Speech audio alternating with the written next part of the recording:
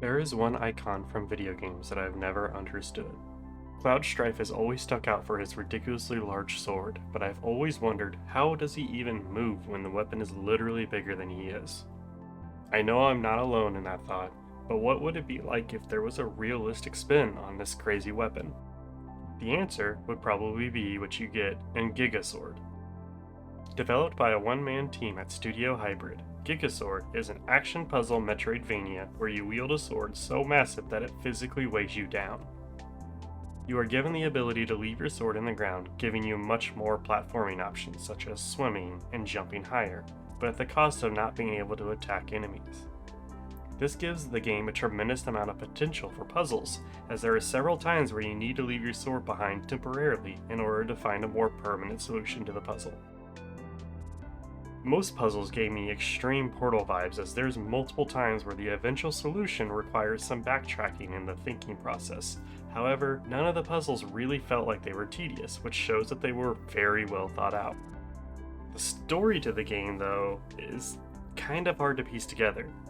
The demo has no real set guideline as to what is going on, and most of the information I have on the story comes from their Kickstarter page.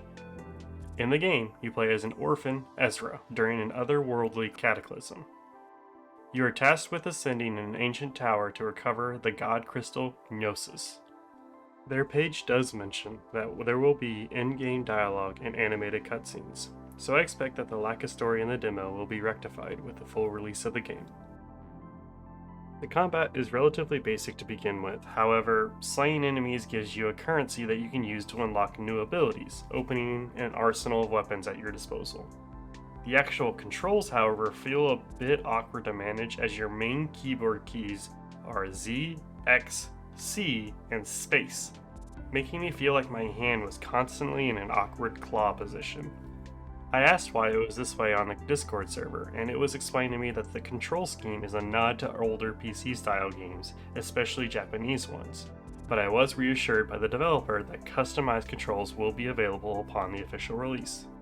Speaking of the official release, the game currently lists itself as a 2023 release. However, I felt compelled to talk about it as its Kickstarter campaign is currently going on and will be up until March 3rd.